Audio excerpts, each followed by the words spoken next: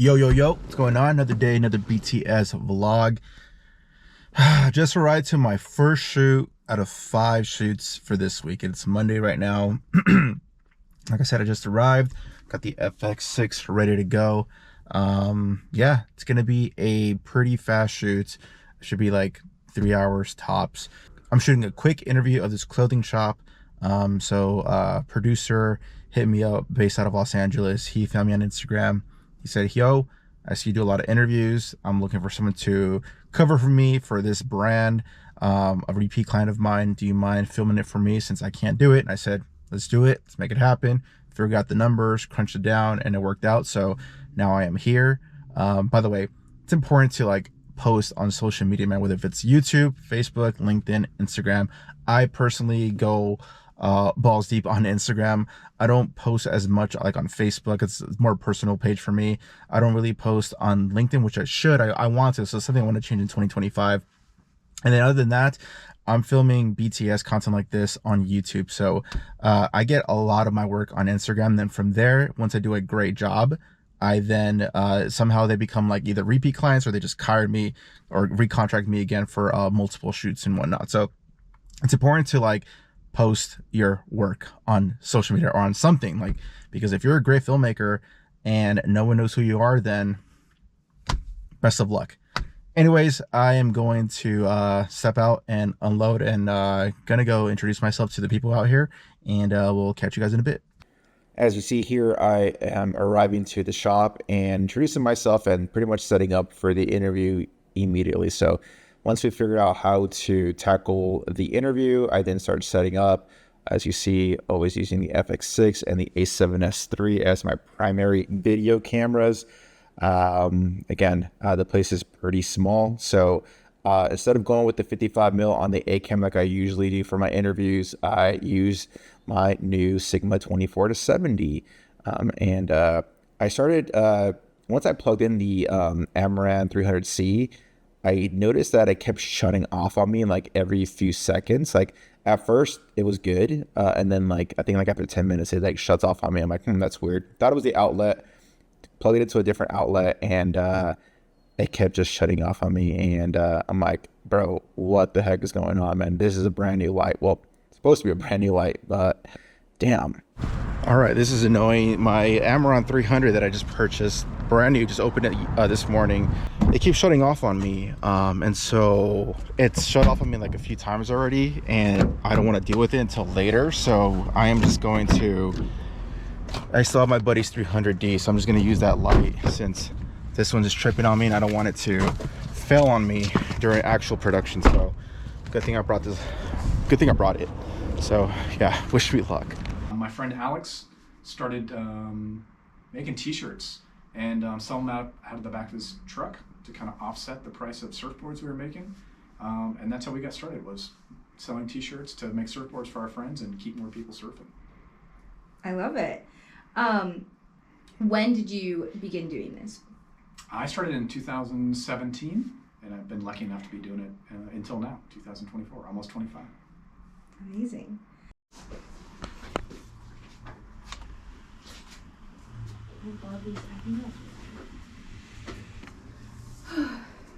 All right, testing the Amaran again, and it just shut off on me after like 5 minutes turned on. I asked my buddy if he's ever faced this before because he owns the Amaran 300C, and haven't heard back yet, but I feel heat coming out, which I don't think that's normal. And then all of a sudden the fan kicks in and it just powers off. So let's see if it happens again. I think I have a faulty one. According to the Googles, it could be something with the ventilation not going through, but there's nothing that I see that I didn't take off, like a plastic or anything like that. So yeah, it just turned off on me right now, but it's going off right now pretty good.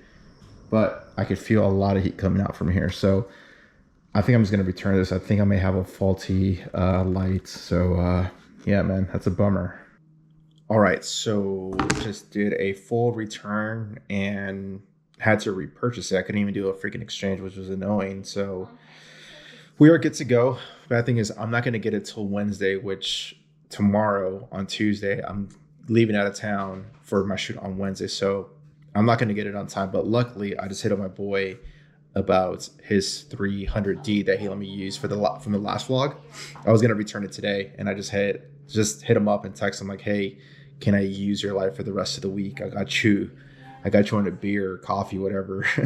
And he said, no, don't worry, man. I don't need it. Just you're good for the rest of the week. So it's always good to have connections, man. So I'm going to be rocking the 300D as my key for the rest of the week. And my 200C as a fill/hair light. So I was on the phone with Amazon because I ordered it through Amazon. I was on a phone with them and asked if I could just do an exchange because I don't want to return and then have to repurchase it, which would be so dumb. And they couldn't even do it themselves on the phone. So I just returned it on Amazon, and I just went on B&H, and they still had the same sell. I'm glad that they had the same holiday sale, which is like $83 off. So I was able to still get that deal. So yeah, we are good to go, and I'll catch you guys in a bit. All right, my road trip is starting off with a bang. I'm on my way to Stockton for my shoot tomorrow. Looks like there's some accident, and it's so far slowed me down significantly. Initially, I thought about either leaving in the morning, middle of the day, or in the evening. But I didn't want to be on the road all day and just be stuck in a hotel.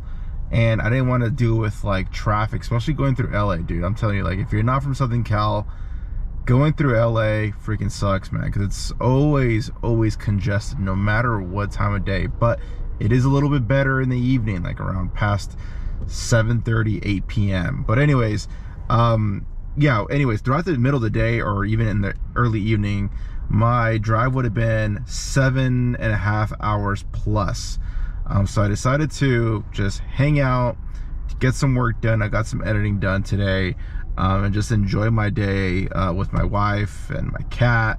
And by the time I left, the time had dropped significantly to six hours, which is like perfect. Like, I already knew that was like the fastest you could probably go with no traffic. But things happen. I'm in the middle of an accident, what it looks like. So now my ETA is at 2:30 in the morning, which is like perfect. And I mean that sarcastically, by the way. Anyways, I'll catch you guys in the morning where I'm awake and ready to rock. Foggy morning here in Stockton, California. Just woke up about 20 minutes ago. It is now 8:30 in the morning. My call time is at 10 in the morning. Perfect thing is that I am 5 minutes away from the hospital, which is my retainer client from the previous vlog. They asked me to come up here. I said I was available, so we're here now. And after that, after today, I have to drive to Bakersfield for the main hospital where I shoot with, and this will be our last shoot of the year, so I'm excited to wrap up. Anyways, got here at 2 in the morning, pretty late. I was getting pretty tired. This drive freaking sucks, man. But I only do it like I was supposed to do it four times a year, but I only did it twice, which I'm not mad at. It is what it is. Anyways, so I got here and I pretty much just brought my camera case and my FX6 in, where is it at? In that corner right there. And my regular duffel bag with all my clothes and stuff like that. So I didn't bring everything else with me. So I pretty much put my 2 tripods and my light dome in the truck, in the back of the truck after I took out these bags. But I did leave because I was like, it was so late and I was so tired. I just wasn't really thinking straight. And I've done this before, which I'm not sure if I should be doing this or not, but I left my cart and my 2 light stands and a sandbag in the back of the truck of the bed, so it's exposed to the world right now. I'm looking at the truck right now. I can see it from right here. So I'm hoping it's still there, which I think it should, because the parking here is pretty secure and it's gated too. So I did notice security walking around at night, so I think it's gonna be fine. Other than that, yeah, I'm going to just shower after I sip on my instant hotel coffee. And then I'll probably head out and grab some breakfast and a real coffee at a coffee shop or something like that, and then head to my location again. starts at 10 o'clock and I'm 5 minutes away. So I got some time to kill and not rush. So I'll catch you guys at the job site. As you see here, I am pretty much setting up for another recruiting video. They loved the last one so much that they wanted to do, they want to tackle pretty much other programs that they have and do more video content. And so if you guys are wondering, it's like, why are you driving all over California? Why don't you just fly or outsource a videographer that's local so you don't have to take on the burden? And yeah, it doesn't really make sense for me to fly to Sacramento, then get a rental car, then drive 2 hours south, and then look for a camera shop to rent out gears and whatnot. So believe it or not, I did my Google research. There isn't much in the Central Valley as far as like camera rental spots compared to Southern California. So that plan didn't work. What about hiring a local videographer? Thought about that too as well, but clients like this and other clients have told me specifically, like, dude, we are hiring you for you. Because if we work with you, we know there isn't going to be any problems. We know you're a problem solver. And we just know that you're going to get shit done, essentially in layman's terms. And hearing that is like, damn, it's not just hiring someone with just a nice fancy camera. Like, no, they're hiring you because they freaking trust you. Yeah, they could probably hire someone for way cheaper, but the fact that they're willing to pay a little bit more of a premium for just ease of mind and just knowing that working with me, things will be done at a high rate without sacrificing quality. And that is just a great feeling, working with people who actually value you for you, not just for the shiny, expensive cameras. Good. Could we do, this hasn't been done before with the acquisition of, and name the machine? Yeah. Just that last part. This hasn't been done before until we acquired the linear accelerator called the TrueBeam with HyperArc. Perfect. All right, next question. So like I said, we did a total of 4 different interviews about this specific radiation machine that they're talking about. And yeah, man, I've done a lot of these type of videos, specifically just this year. So at this point, I know exactly how to approach it and how to engage with the subjects to get the answers that I'm looking for, because I'm doing the post-production on these. So I know exactly what I need and what I don't need. Just getting some B-roll. Now we're gonna do a quick voiceover from a previous video that we're working on. They later said they wanted a voiceover and they had someone to do it here. So I'm just gonna keep it simple. Just use the Rode Wireless Pro. This is a video about these because 32-bit float can't really mess up. You gotta really try to like mess it up. But even then, 32-bit float can recover almost anything. It's like shooting RAW in photography, you want to think about it, or video, I guess. So this is just more for like just making sure I have signal.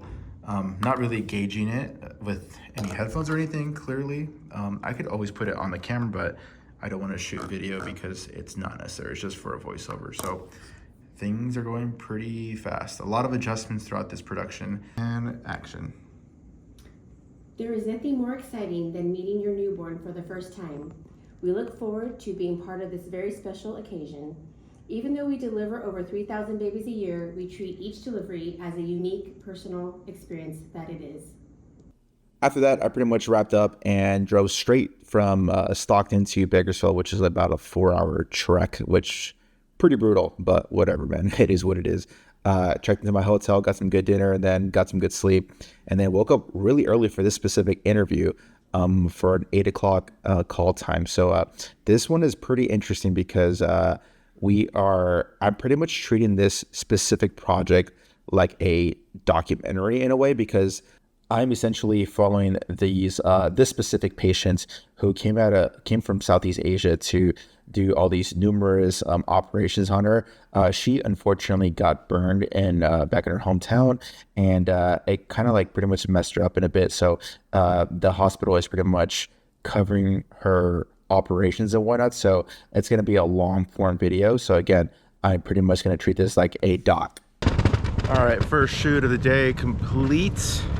It is actually raining right now, so hopefully it clears up for the next 2 to 3 shoots. So yeah, I'm going to pretty much have an hour break in between shoots. So I'm gonna get some breakfast, maybe get another coffee, and yeah, things are rolling pretty good.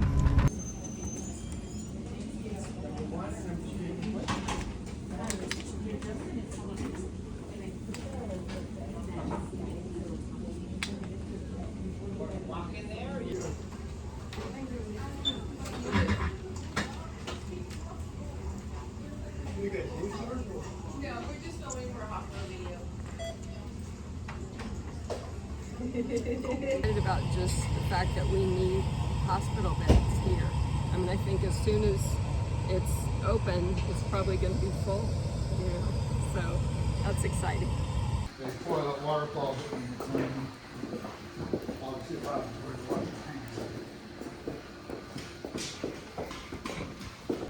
hands. Yo, what's going on? So just got done with my shoot.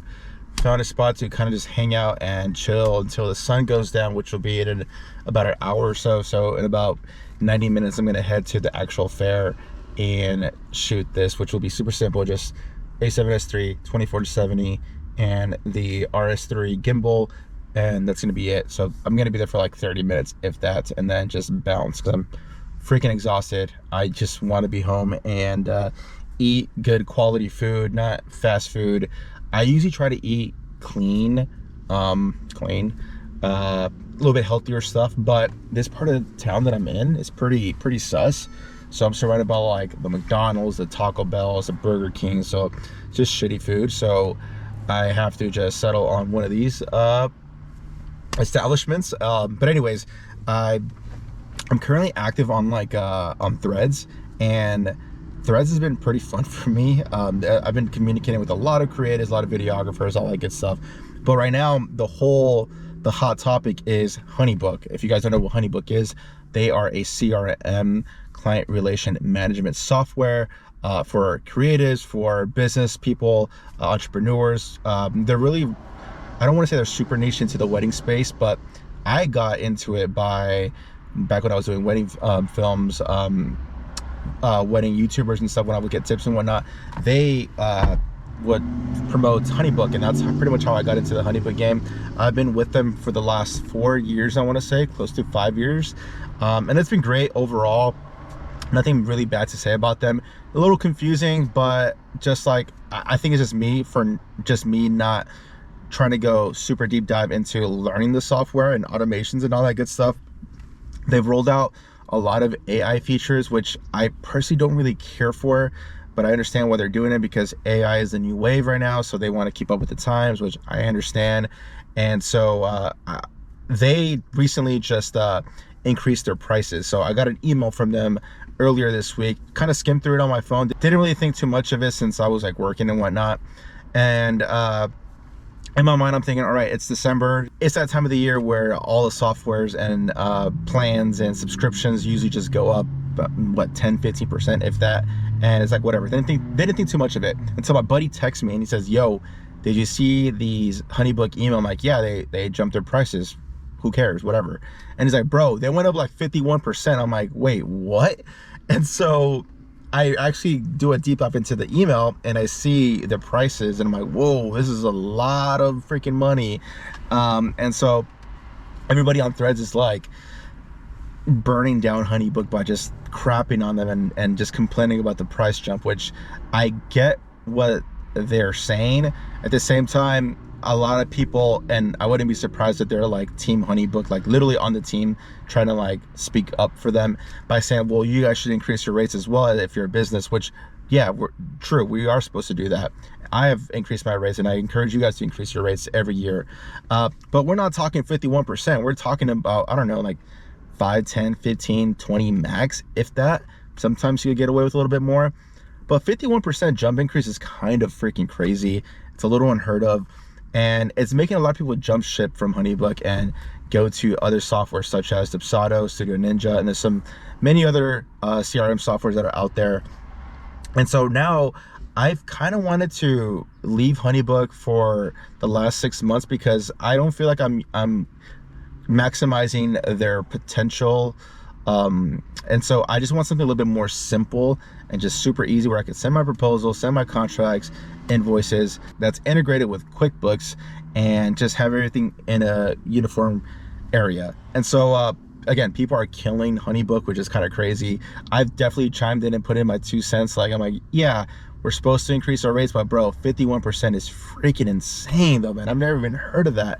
And so I need to make a decision on what I want to do. And again, I'm thinking it's either going to be between Dubsado or Studio Ninja. So I'm going to go home and figure out what works best. But at the same time, it's like, bro, like, then how is that going to work with like current clients? Like, transfer all that information from one platform to the other? Is that possible? Do I got to do it manually? It's going to take so much time. Then I got to learn another software. So I'm like, it's one of the reasons why I don't really try DaVinci, because I don't want to take the time to learn DaVinci. That could be a bad thing on my end or whatever. I just don't want to. Premiere works perfectly fine for me. Anyways, I'm getting sidetracked right now. So if you are a filmmaker, which you probably are since you're watching me, are you using a CRM software? And if you are, what are you using? I'm curious to hear you guys' thoughts in the comments. What are you using? What are the pros? What are the cons? If you are using Honeybook, do you plan on jumping ship and just ditching them? I'm probably 75% leaving Honeybook. I've kind of wanted to already for a while, but this is probably like the push that I need. So yeah, let me know your thoughts, and I'll catch you guys on the next shoot tomorrow. Good morning. Currently doing some file organization. It is currently 7 in the morning. Been up since 5. Kind of just woke up randomly and on my second cup of coffee right now. So shockingly, I'm feeling pretty good. Not too tired since I've been going pretty ham the last few nights. Anyways, dumping all these files. As you can see, this is my mess right now. Got the Rode Wireless Pro, a T7 SSD. I have a brand new T7 2 terabytes SSD, and this is going to be for 2025 for my. This SSD is going to be dedicated to my Retainer clients, so I don't have to like mix and match and whatnot. So I know the blue one's going to be for them. I have the Pro Grade card reader. So I currently have my FX6 CF Express. I have a V90SS. I'm like, I need a third cup of coffee. SD card, a V90 SD card from the a7S III. And I also have a Mavic 3 SD card plugged into the MacBook Pro. So as you can see, I have all these. It doesn't really want to focus. Does it focus? Come on, GoPro. By the way, currently been using the GoPro a lot for, at least for this episode. Kind of liking the vibe so far. So let me know what you guys think. The phone is cool, but this is a little easier in my opinion, and I don't have to worry about storage and whatnot. But anyways, this cool thing about the new MacBooks, so like I have so many locations as we. It's not focused. I can't really see from this little monitor. But anyways, so many things, so many locations in one setting. So I know people really hated on the older MacBook Pros because Apple got rid of all the ports. I have 1, 2, 3 USB-C ports in use on top of an SD card slot for the drone. So yeah, man, this is pretty sick. 1, 2, 3 cards imported already into my SSD, and then connect the Rode Wireless Pro, which is super easy now because you can just connect it and then the 2 mics open up. 1, 2. So, and that can just drag and drop, which before you have to open up the app and whatnot. Anyways, finally got my 300C that I'm going to be using today, since the one I first purchased was busted from early in the vlog. I mentioned it. So I'm going to test it out. Hopefully it freaking works. If not, I have to use my buddy's 300D that I still have.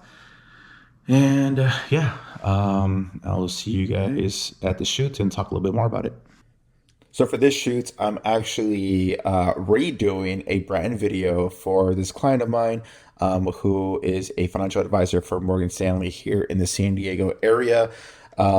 Initially, the video was good to go, and then corporate wanted to change up some of the verbiage during the interview. So they pretty much had to rehire me again for another full day production and another edit essentially. So hey, it's all good. Not mad at it. I get to work with these guys again, which was a fantastic experience, and I get to get paid again. So again, not too mad at that, but kind of a bummer because I think that video was really great. But corporate, man, dealing with corporate, it's always like hit or miss. But I'm pretty much setting up my gimbal with the 24-70. I'm gonna do some B-roll first because there is a photo crew, a photographer who's shooting some of the team members, as you see right here. Fun fact: she actually connected me with this client.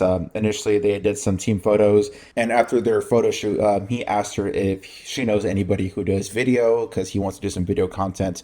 And she says, "I know the perfect person who could work perfect with you. And then she connected us. And so, yeah, man, shouts to Kat for hooking it up, man. And, lobbying me this clients. So that's why it's important, man, to like work with other creatives. It's one of the reasons why I like to network with other creatives. It's not that I'm trying to get something out of them or whatever.